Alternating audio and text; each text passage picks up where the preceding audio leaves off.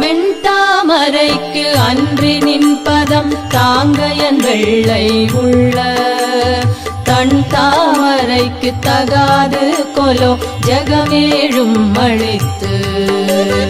உண்டான் உறங்க ஒழித்தான் பித்தாக உண்டாக்கும் வண்ணம் கண்டான் சுவை கொள் கரும்பே சகல கலாவல்லியே சகல கலாவல்லியே